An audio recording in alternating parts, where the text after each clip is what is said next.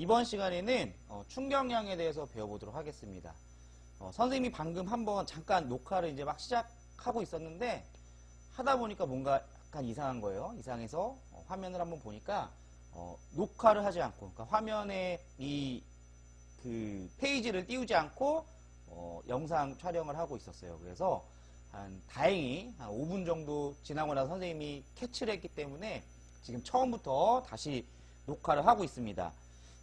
그리고 오늘 이제 아까도 얘기했지만 화요일 여러분들이 마지막은 아니죠. 여러분들이 이제 내일부터 온라인 강의를 다시 시작되기 때문에 오늘까지 학교 나오는 날이었는데, 선생님이 오늘 이제 4시간 정도 수업이 있어서 수업을 하고 공강 시간에 영상을 촬영하다 보니까 7교시 전까지 다 촬영을 하지 못했어요. 그래서 지금 남은 영상 이제 2개 정도 남았는데, 충격량하고 다음에 배울 역학적 에너지 보존 법칙은 지금 선생님 교무실인 교육정보실에서 지금 촬영을 하고 있습니다.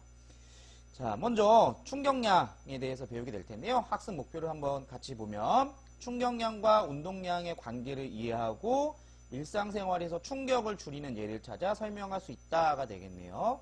그래서 우리가 전 시간에 운동량 보존 법칙을 통해서, 그러니까 충돌 전의 운동량과 충돌 후의 운동량은 같다라는 운동량 보존 법칙을 통해서 물체의 속력을 구하는 활동을 해봤습니다. 그래서 이번 시간에는 충격량과 운동량 사이의 관계를 살펴보고, 여기 나와 있는 것처럼 충격을 줄일 수 있는 여러 가지 방법들에 대해서 살펴보도록 할게요.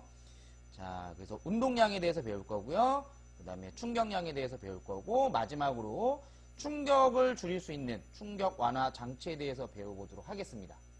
자, 지금 실시간 강의를 녹화하고 있는데요. 지금 여기 잠시 주승현 선생님이 오셨습니다. 자, 주승현 선생님 한번 수업 중이긴 하지만 네, 반갑습니다. 네, 여기 있습니다. 카메라. 네, 지금 2학년 이과 3반부터 4반 학생들이 지금 수업을 실시하고 있고요. 물리치기를 받아요. 네. 네.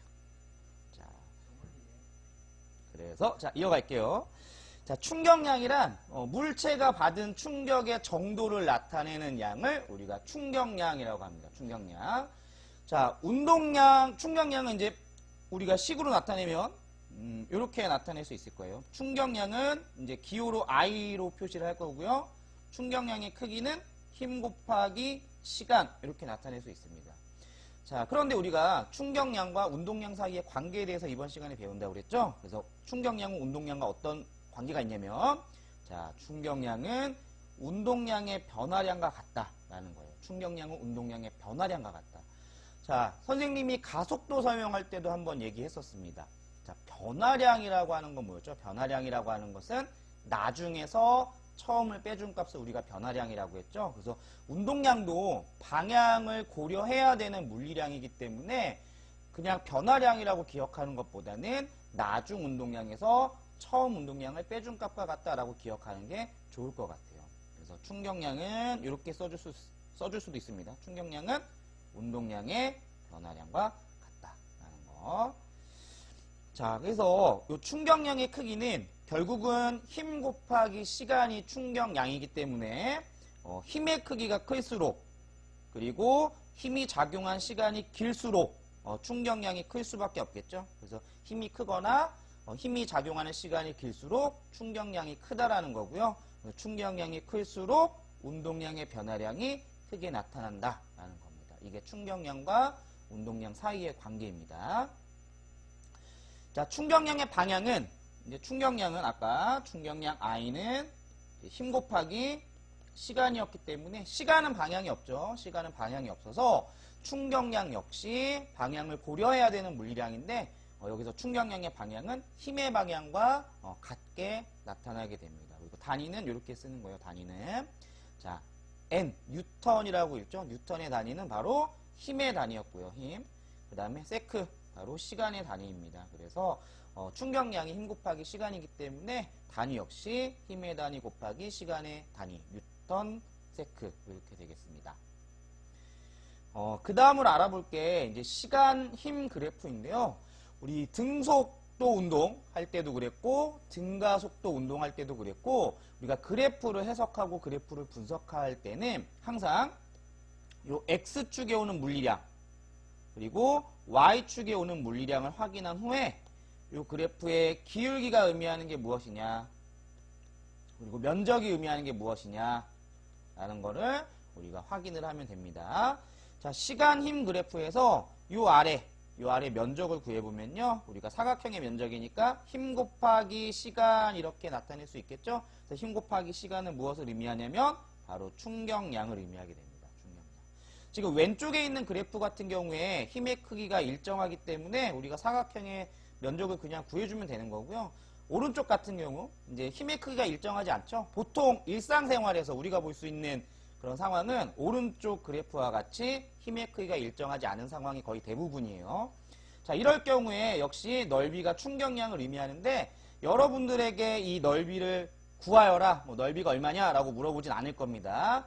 그래도 이 넓이가 충격량을 의미한다라는 것을 기억을 하셔야 하고요.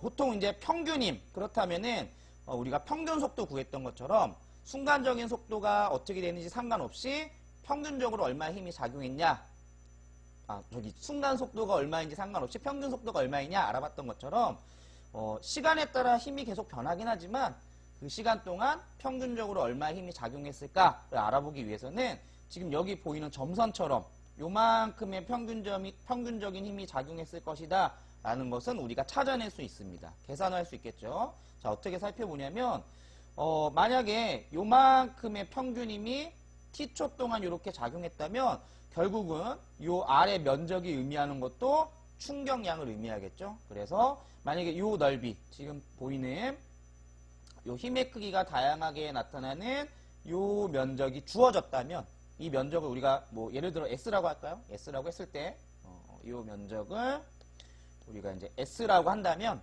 평균 힘을 구하여라 라고 했을 때 요 S의 크기가 여기 칸이 없네요. 칸이 없으니까 여기다가 쓰겠습니다.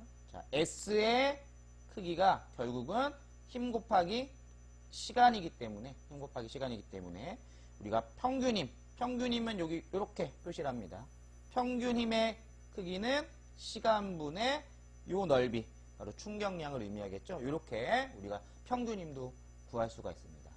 자, 다시 한번 여러분들은 요 X축에 오는 물리량 시간과 힘 그래프에서 요 그래프 아래 넓이가 무엇을 의미한다? 충격량을 의미한다라는 거 반드시 기억을 하시도록 하고요. 자, 여기 나와 있지 않지만 충격량은 뭐와 같다고 했죠? 운동량의 변화량과 같다. 그래서 요 그래프의 넓이가 충격량을 의미하기도 하지만 얘는 운동량의 변화량과 같기도 합니다. 그 다음에 아까 좀 전에 살펴봤던 그래프는 시간힘 그래프였죠. 시간힘 그래프에서 넓이가 충격량을 의미했고 기울기는 의미가 없습니다. 기울기는 물리적인 의미가 없고요. 이제 시간 운동량 그래프예요. 시간 운동량 그래프에서는 무엇이 의미를 갖게 되냐면 기울기가 의미를 갖게 됩니다. 기울기. 자, 기울기가 의미하는 거. 우리가 기울기를 구할 때 x 변화량분의 y 변화량으로 기울기 구하기 때문에 여기서 x는 시간의 변화, 그 다음에 y는 운동량의 변화가 되겠죠. 시간분의 운동량의 변화가 결국은 기울기를 의미하게 되는데, 자, 다시 정리해 볼게요. 충격량은 힘 곱하기 시간이다. 그리고 충격량은 운동량의 변화량과 같다. 그러면 여기서 보니까 F는 T분의 시간분의 운동량의 변화량 이렇게 우리가 나타낼 수 있겠네요. 그래서 결국은 기울기가 의미하는 게 무엇을 의미한다? 바로 힘을 의미한다라는 겁니다. 기울기는 힘을 의미한다. 자, 이러한 것 말고 또 우리가 무엇을 찾아낼 수 있냐면 이 상황에서 지금 충격량의 크기를 물어볼 수도 있어요. 충격량.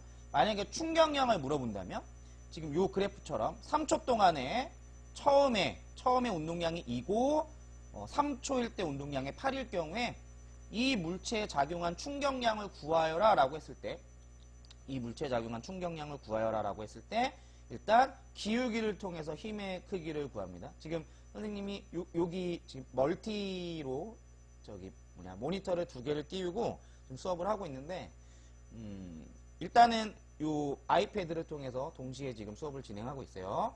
그래서 여기를 보고 선생님 여기 화면을 보고 그 다음에 카메라를 보다 보니까 선생님 눈이 자꾸 이렇게 약간 그 사시처럼 약간 보일 때가 있네요.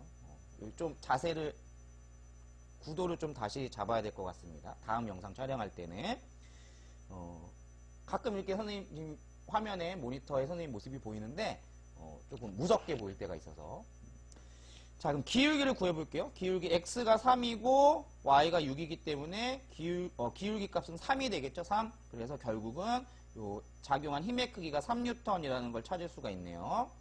그래서 충격량은 힘 곱하기 시간이니까 3N의 힘의 크기가 3초 동안 작용한다. 그래서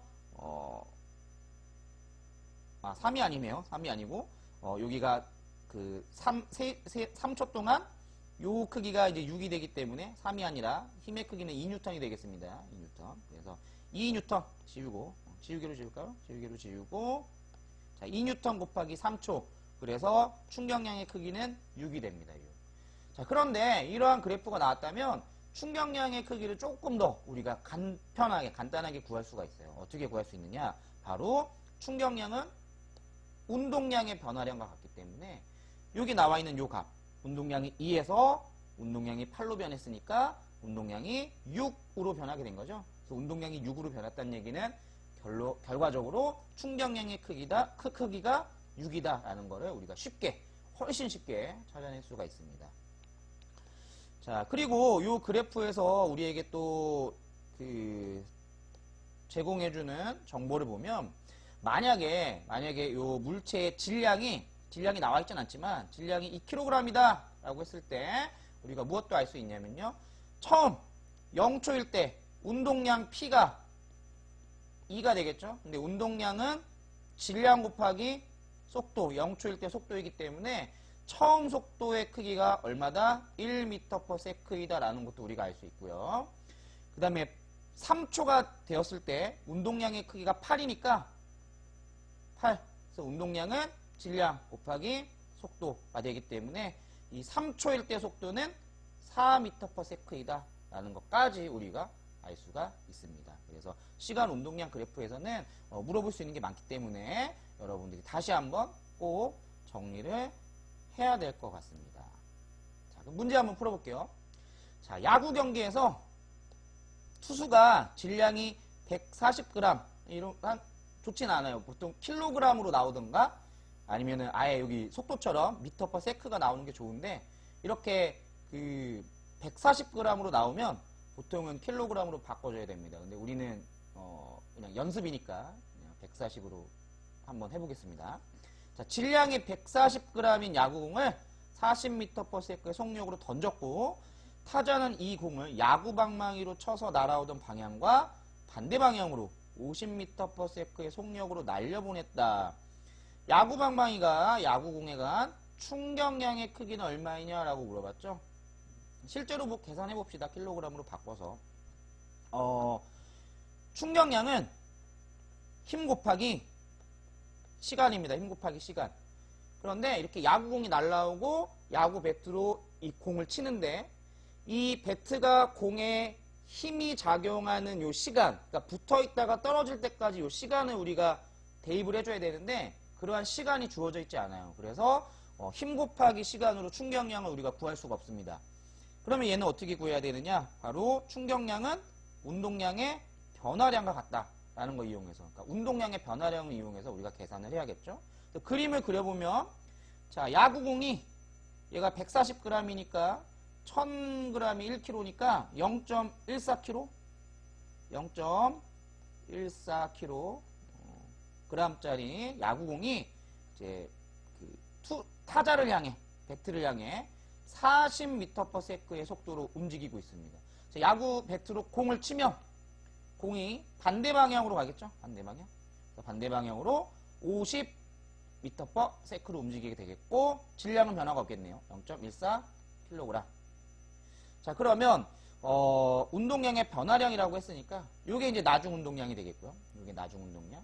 그리고 요게 이제 처음 운동량이 되겠죠. 주의할 점은 우리가 오른쪽 방향을 플러스라고 한다면 왼쪽 방향을 마이너스로 계산을 해야 되고, 여기서는 크기만 물어봤으니까 나중에 결과값이 플러스든 마이너스든 상관없이 일단 절대값만 얘기해 주면 될 것 같아요. 근데 계산하는 과정에서는 방향을 고려해야 됩니다. 그래서 요걸 이제 마이너스로 계산을 해주고 얘를 플러스로 계산을 해주면 선생님은 이제 계산은 하지 않고 이렇게 식으로만 쓸게요. 자, 마이너스 질량 0.14 곱하기 속도 50 빼기 처음 운동량, 자, 0.14 곱하기 40 해서 나온 요 값, 요게 바로 마이너스가 나오긴 하겠지만 우리가 크기를 물어봤기 때문에 절대값만 이렇게 얘기를 해주면 될 것 같습니다. 자, 여러분이 직접 한번 계산을 해보세요. 자, 그 다음에 할 것은, 자, 요러한 우리 교과서에 보면 이런 해보기 실험이 있어요. 교과서에서. 선생님도 직접 한번 해봤습니다. 선생님 아들과 같이 실험을 한번 해봤는데, 실제로 잘 되는 실험이에요. 자, 종이를 공 모양으로 뭉쳐서 빨대 끝에 넣고, 이제 입으로 붑니다. 이렇게. 입으로 후 불면 이렇게 쫑 하고 나가겠죠. 자, 이제 두 가지 조건을 달리해서 우리가 한번 실험을 해볼 텐데, 첫 번째는 힘의 크기를 다르게 해서. 자, 대신 같이 해야 되는 조건은 빨대의 길이를 같게 합니다. 그러니까 동일한 빨대에서 부는 힘의 크기를 다르게 한다면 어떻게 될까요? 여러분들이 예상하는 것처럼 이제 세게 불었을 때는 멀리 나가게 될 거고, 이제 살살 작은 힘의 크기로 불었을 때는 조금 나가게 되겠죠. 그래서 이렇게 됩니다. 자, 부는 힘이 클수록 더 멀리 날아간다. 그 이유가 뭘까요? 네, 힘의 크기가 컸기 때문에, 힘을 크게 했기 때문에 더 멀리 날아가게 되는 겁니다. 자, 두 번째는 이번에는 힘의 크기를 일정하게 할 거예요. 힘의 크기를 일정하게 하는 대신에 어떤 조건을 다르게 해줄 거냐면 빨대의 길이를 다르게 할 겁니다. 그래서 하나는 짧은 빨대, 하나는 긴 빨대를 이용해서 이제 불어볼 거예요. 그럼 여기 나와 있는 것처럼 빨대의 길이가 다르다라는 것은 결국은 무엇을 다르게 해주는 거냐면, 그러니까 동일한 힘으로 불 거기 때문에 힘이 작용하는 시간이 다르게 나타날 거예요. 빨대를 통과하는 순간까지 계속 힘이 작용할 거기 때문에 빨대 길이가 짧다면 요 짧은 만큼 힘이 작용하게 될 거고, 빨대 길이가 길다면 요 긴 빨대를 통과할 때까지 계속 힘이 작용할 거기 때문에 긴 시간 동안 힘이 작용하게 되는 겁니다. 자, 그래서 실제로 우리가 실험을 해보면 빨대가 길수록 더 멀리 날아가게 되는 거겠죠. 빨대가 길수록 더 멀리 날아가게 된다. 결과적으로 이제 결론을 얘기하면 두 가지 실험을 해봤는데, 하나는 힘의 크기에 따라서, 하나는 이제 힘이 작용하는 시간에 따라서 우리가 실험을 해본 거죠. 그래서 결론을 얘기하면 힘의 크기는 클수록, 그리고 시간이 역시 길수록 더 멀리 날아간다. 즉, 더 큰 충격량을 받게 된다라는 겁니다. 더 큰 충격량을 받게 된다. 그래서 물체에 작용한 힘이 크거나 힘이 작용한 시간이 길수록 물체가 받은 충격량이 커지게 된다. 자, 충격량이 커지게 된다는 얘기는 결국은 운동량의 변화량이 커지게 된다라는 거죠. 운동량의 변화량이 커지게 된다. 자, 우리가 통합과학에서 배운 내용이에요. 이 내용은 운동량과 충격량 사이의 관계. 그래서 그때 선생님이 수업하는 반에서는 이제 설명을 했던 것 같은데, 우리가 총도 마찬가지죠. 총 같은 경우도 짧은 총, 권총이 있죠. 그리고 여러분들 이제 그 게임 같은 거 할 때 요즘은 잘 안 하는 것 같지만 뭐 서든 어택이나 또 뭐 있죠? 선생님은 콜 오브 듀티를 하긴 하는데, 그래서 이제 멀리 있는 사람을 맞출 때 쓰는 총은 이제 긴 총이 되겠죠. 왜냐하면 긴 총은 오랜 시간 동안 힘을 받기 때문에 충격량이 커서 더 멀리까지 날아갈 수 있는 거예요. 더 멀리까지. 그리고 짧은 총은 힘을 받는 시간이 짧기 때문에 가까운 거리까지만 날아갈 수가 있는 겁니다. 자, 이렇게 우리가 충격량을 크게 받는 경우를 살펴봤고요. 그 다음에는 우리가 무엇을 살펴볼 거냐면, 동일한 충격량이 가해질 때 충격을 덜 받는 경우. 여기서 이제 충격을 덜 받는 경우라고 하는 것은 힘을 덜 받는 경우로 얘기하는 겁니다. 힘을 덜 받는 경우. 자, 여기서도 마찬가지 실험을 하나 해보려고 해요. 자, 동일한 달걀, 질량이 같은 달걀을 바닥에 떨어뜨리면 단단한 바닥에 떨어뜨린 달걀은 쉽게 깨지지만 푹신한 방석에 떨어뜨리면 잘 깨지지 않는다라고 되어 있어요. 자, 두 경우. 지금 선생님 얼굴 때문에 나오지 않으니까 선생님 얼굴을 잠시 이렇게 옮겨보겠습니다. 왼쪽으로. 자, 이 두 달걀은 질량이 같습니다. 동일한 달걀. 질량이 같고. 자, 처음에는 자유낙하할 거기 때문에 처음 속도가 0이에요. 그러면 처음 속도가 0이라는 얘기는 결국은 제일 처음에 운동량이 쓸 수가 없네요. 이쪽에. 자, 처음에 운동량이 0이라는 거죠. 0. 운동량이 0. 그러면 이제 바닥에 도달합니다. 바닥. 이렇게. 자, 선생님이 자유낙하 운동 실험 한번 보여줬었죠? 책과 교과서를 떨어뜨렸을 때, 즉 질량에 상관없이 같은 높이라면 동시에 바닥에 떨어지게 된다. 그리고 바닥에서의 속도 역시 동일하다. 그래서 이 단단한 바닥에 떨어뜨리는 달걀의 속도나 푹신한 방석에 떨어뜨리는 달걀의 속도나 똑같습니다. 속도가 똑같아요. 여기 떨어질 때. 속도가 똑같으니까 결국 질량도 똑같고 속도도 똑같기 때문에 바닥에서의 운동량의 크기도 동일하게 됩니다. 동일하게. 그렇다면 요 단단한 바닥에 떨어뜨린 달걀을 A 달걀이라고 하고 푹신한 방석에 떨어뜨린 달걀을 B 달걀이라고 했을 때 A 달걀이나 B 달걀이나 운동량의 변화량이 같은 거예요. 운동량의 변화량. 자, 운동량의 변화량이 같다는 얘기는 결국은 충격량이 같다는 얘기죠. 충격량이. 자, 충격량은 힘 곱하기 시간입니다. 자, 그런데 단단한 바닥과 푹신한 방석은 무슨 차이가 있냐면 단단한 바닥에 계란을 떨어뜨렸을 때는 얘가 이렇게 닿는 시간이 짧게 되고요. 푹신한 방석에 떨어뜨리게 되면 방석에 이렇게 닿으면서 방석이 푹신하게 이렇게 약간 내려앉기 때문에 이 힘이 작용하는 시간이 길어지게 되는 거예요. 그래서 단단한 바닥이든 푹신한 방석이든 충격량은 같은데 뭐가 달라지냐? 시간이 달라지게 됩니다. 근데 충격량은 같은데 시간이 달라지게 되면 결과적으로 힘의 크기가 달라지게 되겠죠. 그래서 힘과 시간은 무슨 관계가 있냐면 충격량이 일정할 때 반비례 관계가 있기 때문에 푹신한 방석은 시간이 긴 대신에 힘이 작은 힘이 들게 될 거고 단단한 바닥은 시간이 짧은 대신에 큰 힘이 작용하게 되겠습니다. 그래서 단단한 바닥에 떨어뜨린 달걀은 깨지게 되고요. 푹신한 방석에 떨어뜨린 달걀은 안 깨지게 되는 겁니다. 자, 다시 원위치 할게요. 자, 여기 보면 충격량이 같을 때라는 얘기는 결국 시간, 힘 그래프에서 면적이 의미하는 게 충격량, 운동량의 변화량이기 때문에 충격량이 같다는 얘기는 결국은 A의 면적과 B의 면적이 같다라는 거죠. 근데 A와 B의 차이점은 뭐냐면 A는 힘이 작용된 시간이 이만큼이고 B 같은 경우는 힘이 작용된 시간이 이만큼이네요. 그래서 우리가 A와 B를 구분해보면 A는 시간이 짧지만 힘의 크기가 크게 작용했으니까 얘가 단단한 바닥에 떨어뜨린 달걀이 되겠고요. 그다음 B 같은 경우는 시간이 긴 대신에 작은 힘이 작용했기 때문에 B 같은 경우는 푹신한 방석에 떨어뜨린 달걀이 되겠습니다.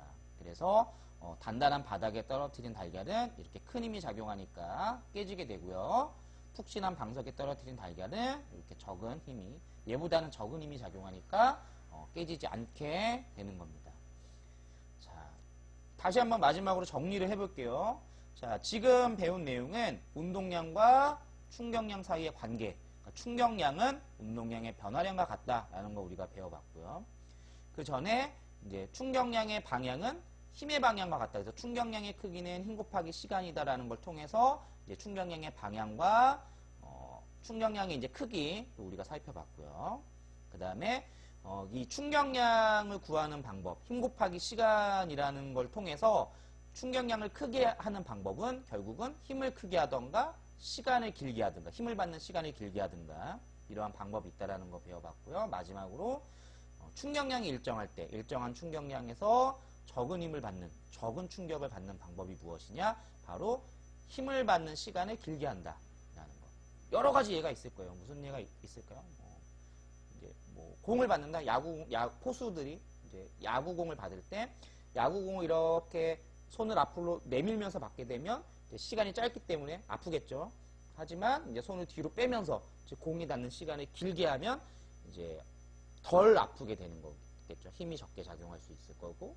뭐 이러한 것들을 이용한 일상생활의 예들은 뭐 자동차 에어백 또는 자동차 범퍼 같은 경우에 시간을 길게 해서 이제 작은 힘이 작용할 수 있도록 하는 우리 주변에서 볼 수 있는 일상생활의 예들이 되겠습니다.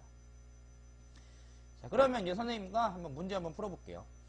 자, 이 문제는 질량이 m인 물체가 v라는 속도로 지금 움직이고 있는데, 이게 이제 벽이에요, 벽. 벽에 충돌을 합니다. 그리고 그림 나는 그래프가 되겠는데, 그래프 나는 요 물체의 속도를 시간에 따라 나타낸 거예요. 자, 속도는 운동 방향과 같으니까 우리가 이 그래프를 해석을 해보면 결국은 이제 요 구간까지는 오른쪽으로 움직이다가 충돌을 하고, 그 다음에 여기서 이제 마이너스의 속도를 갖는다는 얘기는 왼쪽으로 움직이게 되는 거겠죠. 지금 요 그림을 자세히 보면 얘가 이렇게 딱 정확하게 일직선이 아니라 약간 비스듬하게 돼 있을 거예요. 그게 바로 뭐냐면 이 충돌하는 동안 이 벽과의 힘이 작용하는 시간이 있기 때문에 그 시간을 이제 표현한 겁니다. 어쨌든 그건 우리가 문제를 푸는 데 있어서 사용하진 않을 거예요. 그럼 기억부터 봅시다. 자, 물체의 운동량의 크기는 충돌 전이 충돌 후보다 크다라고 했어요. 운동량 어떻게 구하나요? 운동량은 질량 곱하기 속도.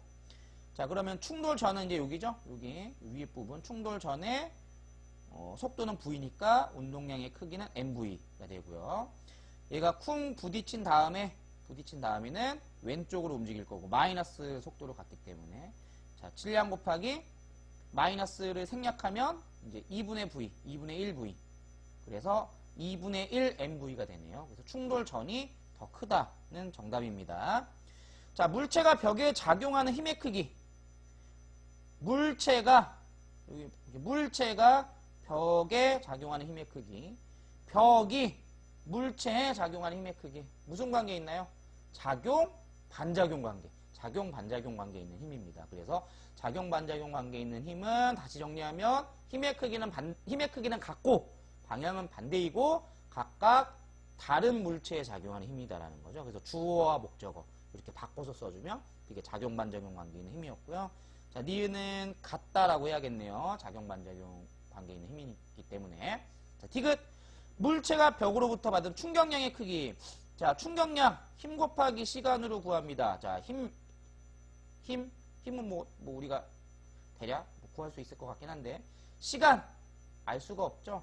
얘가 그러니까 부착되어 있는, 그러니까 충돌하는 요 순간의 시간을 우리가 여기서 찾아낼 수가 없습니다. 그러면 어떻게 구해야 될까요? 충격량은 뭐와 같다? 운동량의 변화량과 같다. 그래서 여러분들이 이제 충격량을 구하라는 문제는 거의 대부분은 요 힘 곱하기 시간으로 구할 수가 없는 상황이 많아요. 그래서 운동량의 변화량을 통해서 대부분은 한 90% 이상은 운동량의 변화량을 통해서 우리가 계산을 해야 됩니다.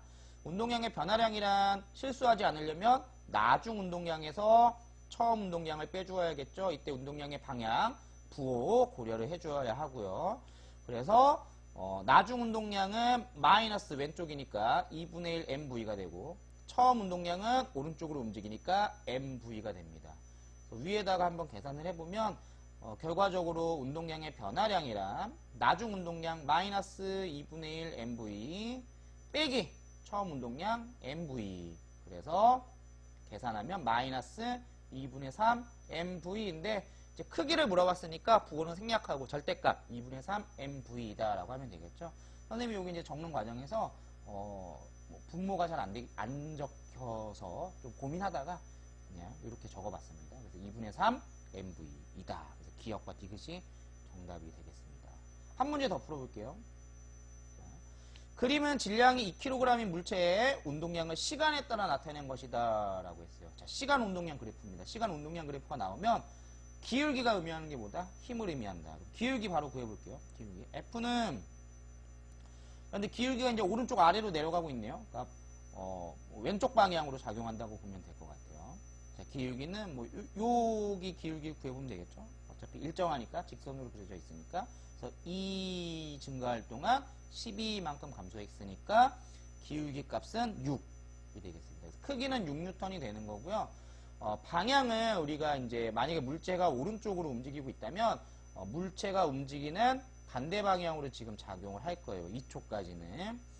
자, 그럼 봅시다. 1초일 때 물체의 속력이 얼마이냐 물어봤습니다. 자, 얘를 구하는 방법은 여러 가지가 있어요. 여러 가지가 있는데 뭐 가장 간단한 방법으로 먼저 구해보면, 자, 운동량이 10이죠. 0초일 때. 운동량은 질량 곱하기 속도잖아요. 질량이 2kg이라고 나와 있죠. 그러면 12는 2 곱하기 V. 그래서 V가 얼마? 6 m/s. 이렇게 되네요. 6 m/s.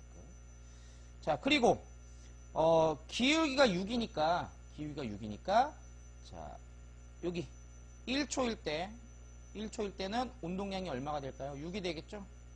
6. 기울기가 6이기 때문에. 그러면 요 운동량이 6이란 얘기는 1초일 때 운동량이 6이란 얘기는 운동량은 질량 곱하기 속도인데 요게 바로 요 크기가 1초일 때 속도가 되는 겁니다. 그래서 V는 얼마가 되냐? 3m/s가 되겠네요. 3m/s.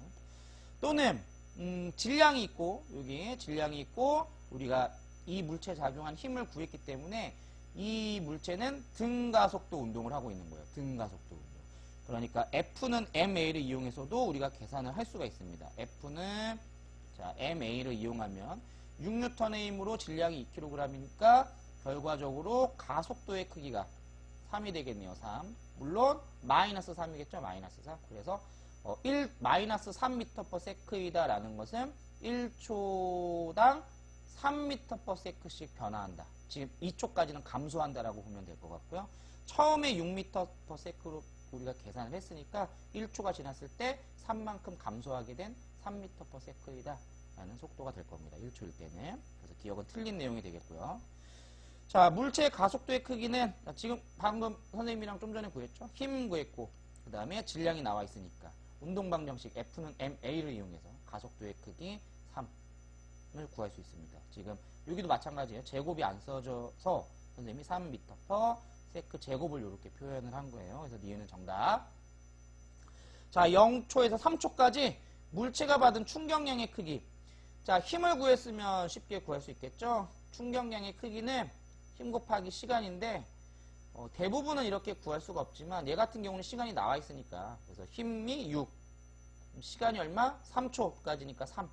그래서 얼마? 18. 이렇게 우리가 간단하게 구할 수 있고요. 만약에 힘을 구하지 않고도 구해야 하는 상황이 된다면, 그러니까 좀 더 쉽게 우리가 접근을 하려면 아까 선생님이 설명했습니다. 자, 충격량이란 결국은 뭐와 같냐? 운동량의 변화량과 같다. 그러니까 0초부터 3초까지 물체가 받은 충격량은 0초일 때부터 3초일 때까지 운동량의 변화량. 운동량이 10이었는데 운동량이 마이너스 6으로 변했으니까 자, 운동량의 변화량은 나중 운동량 빼기 처음 운동량. 그래서 얼마? 마이너스 18. 자, 크기 물어봤으니까 18 이렇게 되겠죠. 그래서 디귿도 정답. 그래서 니은 디귿이 정답이 되겠습니다. 자, 그래서 이제 정리를 해볼게요. 자, 물체가 받은 충격의 정도를 충격량이라고 한다. 충격량은 힘 곱하기 시간으로 우리가 계산을 한다라는 거고요. 자, 물체에 작용한 힘이 클수록 충격량이 힘 곱하기 시간이기 때문에 당연히 힘이 클수록 그리고 시간이 길수록 충격량의 크기가 크다라는 걸 알 수가 있습니다. 자, 시간이 길어지면 충격량이 일정할 때 시간이 길어지면 힘의 크기가 작아지겠죠. 요거는 식을 통해서 충격량이 일정할 때 힘과 시간 사이에는 반비례 관계 있으니까 당연히 이제 시간이 길어지면 힘의 크기가 작아진다라는 걸 우리가 알 수 있고요. 자, 이것의 예가 바로 우리가 아까 살펴본 요 실험, 달걀, 동일한 달걀을 딱 단단한 바닥에 떨어뜨릴 때랑 푹신한 방석에 떨어뜨릴 때 시간의 차이가 나기 때문에 힘이 작용하는 시간의 차이가 나기 때문에 시간이 조금 더 길게 작용한 푹신한 방석에 떨어진 달걀이 깨지지 않는다라는 겁니다. 자, 이렇게 충격량을 마무리하고요. 이제 다음 시간, 이제 마지막 강의가 되겠습니다. 마지막 강의 시간에는 역학적 에너지 보존